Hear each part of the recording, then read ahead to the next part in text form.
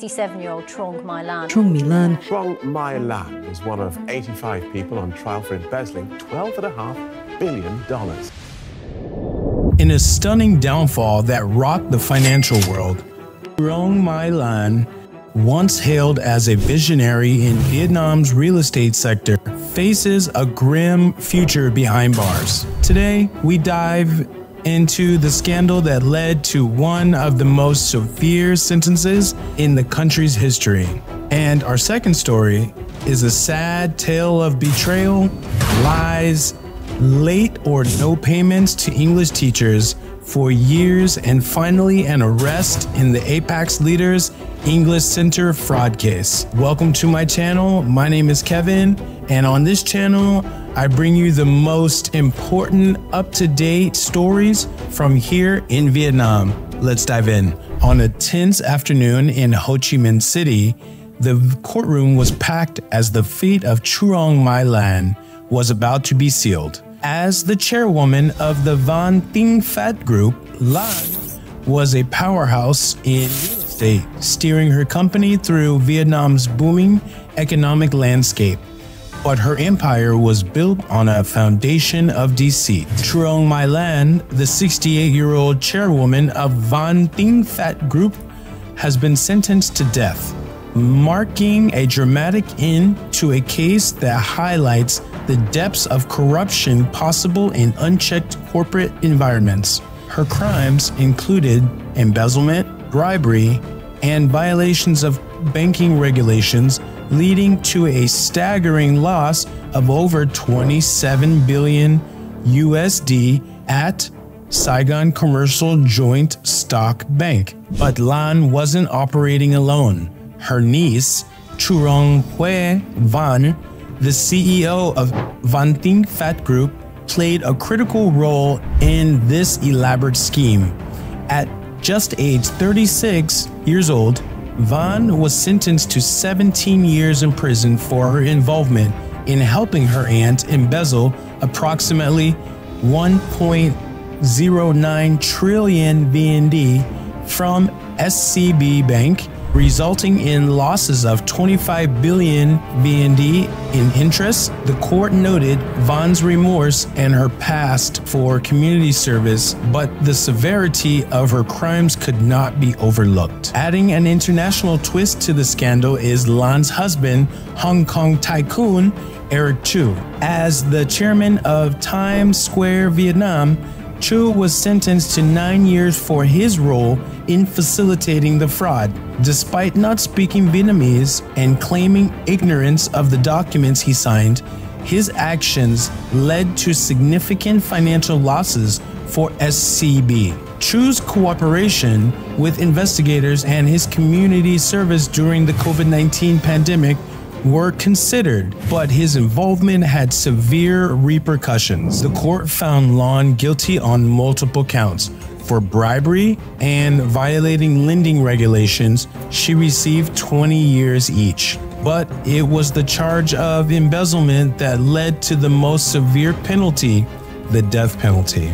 Despite her contributions to society and her previous clean record, court ruled that the severity of her crimes warranted the ultimate punishment. As the sentence was declared, the courtroom fell silent. Truong My Lan, once a celebrated business leader, is now a convicted felon facing the death penalty.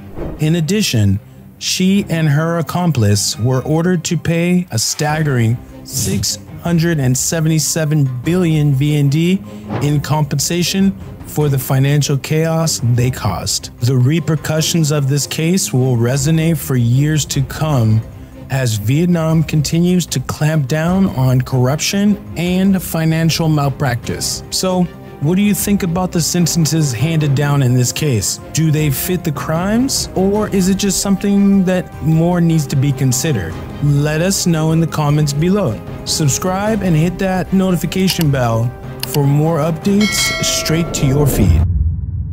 Today, we're diving into a scandal that's sending shockwaves throughout Vietnam's education sector.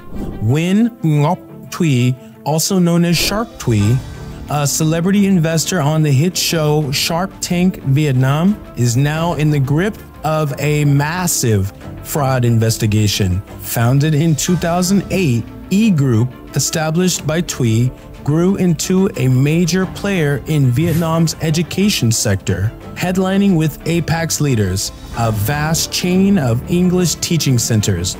But behind this success, troubling signs were emerging. Since 2017, E Group had been enticing investors with promises of high returns, offering shares with a vesting period and assurances of buybacks at higher prices or additional shares to extend the investment term. Initially, these promises were kept, with investors enjoying returns of up to 25% annually. However, the landscape shifted dramatically with the onset of COVID-19 pandemic. As the pandemic forced the closure of Apax Leaders centers, E Group's financial stability crumbled. Companies struggled to meet its obligations to investors, resulting in delayed interest payments and even offering household appliances instead of cash to placate bondholders. In an online meeting in August 2023, Thuy tried to reassure investors, attributing the company's struggles to a fast growth strategy overly reliant on debt. Despite these assurances, investors questioned whether their funds were misused for buying stocks, properties, and cryptocurrencies.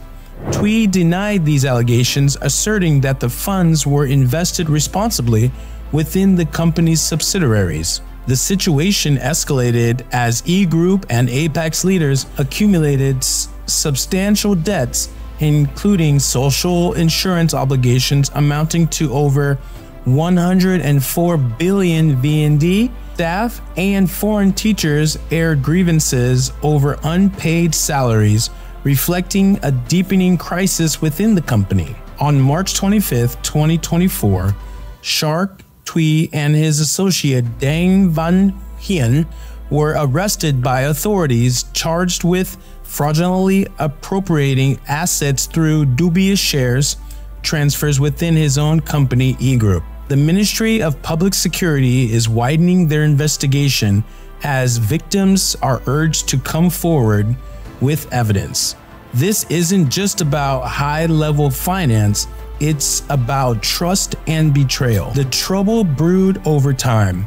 Parents have been left in the dark with around 6 billion VND reportedly appropriated by Apax Leaders, Thuy's English language school chain, which abruptly closed centers without refunding tuition fees. In Ho Chi Minh City alone, Apax Leaders owes nearly 94 billion VND in tuition. The financial woes stretch further with unpaid salaries to teachers and rent on their buildings piling up. In a desperate announcement, Thuy cited special difficulties caused by parental demands as reasons for operational halts. But parents argued they're being misrepresented, labeled as saboteurs, when all they want is the education they paid for. And all the teachers just want what they are paid. They worked, they want to be paid. So I was one of those teachers who worked for Apax for about 6-7 months, and I saw what was going on the inside of all the chatter that was going on and all the teachers that were worried and that we weren't being paid. Honestly, I never received a salary from Apax at all, except for 1 month. I would receive like 5%, 20%, 15% until they made 100%. So I was one of the lucky ones that when I left Apax at the end of 2020, I was able to, because I put a lot of pressure on them about giving me my money, they gave me my money. So I know teachers right now who Apax owes almost 300 million, 500 million.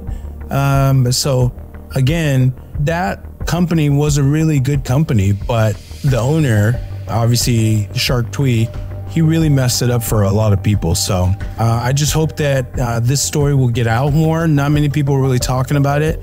And I actually had personal experience with this. So I'm very disappointed in what happened with Apax.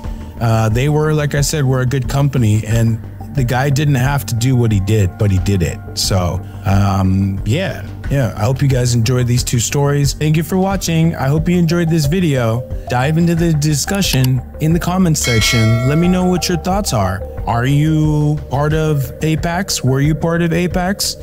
And Truong Mailan, are you part of her company? What did you think about her story? What did you think about the Apax story? See you in the next one.